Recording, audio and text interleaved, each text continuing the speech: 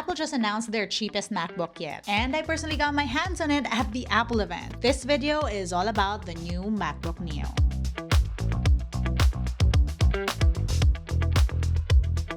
Good day, you beautiful people. Today we're talking about Apple's most affordable MacBook that has a starting price of $599 US, $499 with an educational discount. Relevant later on when we talk about who this MacBook is possibly for, with college students topping that list. Before anything else though, let's take a closer look at the new MacBook Neo.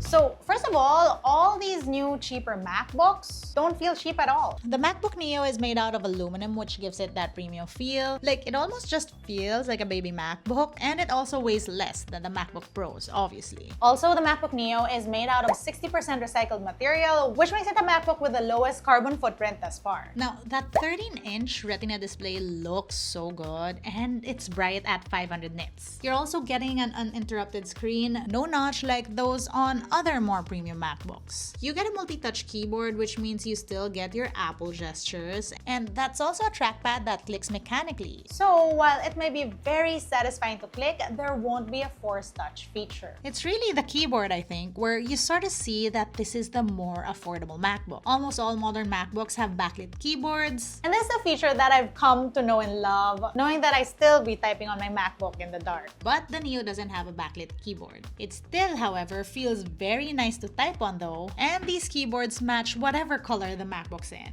These also come in cute colors. There are 4. I was personally super excited because there was a pink one. A color they call blush, which is fitting because it's not a bright hot pink, but a delicate tinge of rose. It sort of reminds me of the rose gold iPhone 6s. Not to mention, there is also a new pink iPhone 17e, so I feel like these two are a match made in heaven. The next color is citrus, which is another crowd favorite. I gotta say, I get, because out of all colors, this is one that pops most. Then there's silver, which is giving usual MacBook, and finally indigo, which is a dark deep blue that sometimes looks more blue or dark gray depending on the light.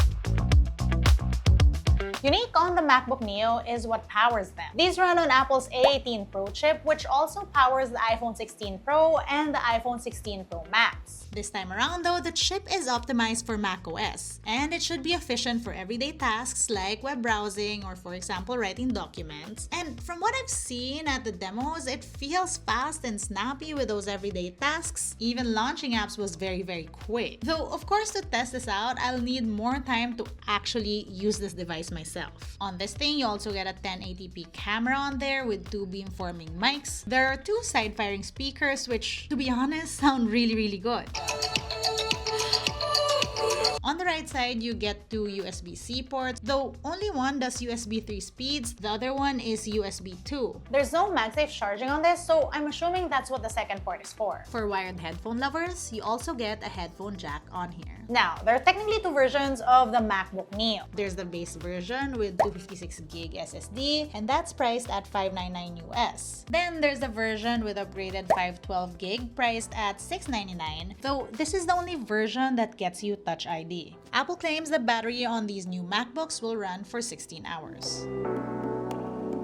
At the event, they also highlighted features of the MacBook Neo that you'll get if you're also on an iPhone. There's iPhone mirroring, which can be so convenient if you're someone like me who switch around workflows between phone and laptop. So, for example, you can see your phone on the MacBook and control everything using the laptop. Like, you can edit on CapCut in your phone technically while doing it on the MacBook Neo. And if there's a clip that you need that's on your MacBook, you can just drag and drop it to your CapCut edit that's technically on your phone. For those of you who also do video content, this laptop will also be able to edit short reels, and you can do it either on CapCut Desktop or iMovie on the laptop itself and not just via iPhone mirroring. Basically, simple edits, cut to cut, even with 4K footage, should be doable on the MacBook Neo. On the other hand, if you're the type of creator who does very intricate edits, if you do color grading, if you do multicam edits with 4K video, or if you work with 8K video, you might be better off on a different Pro laptop.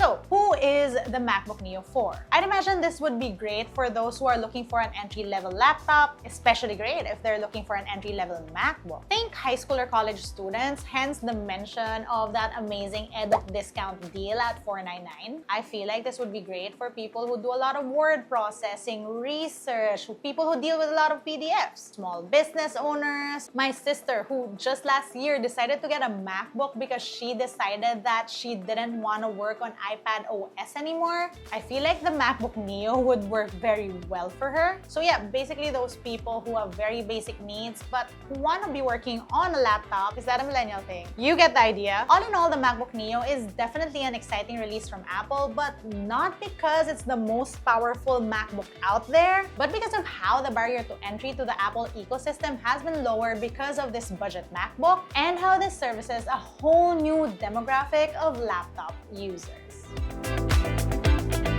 That's it for today's video. Let me know what you guys think about the new MacBook Neo. I will also have more videos coming up about MWC, about more of Apple's releases soon. If you want to see how I use my tech on a daily basis, find me online. That's isadoes_ on Instagram, Twitter, and TikTok. Till next time.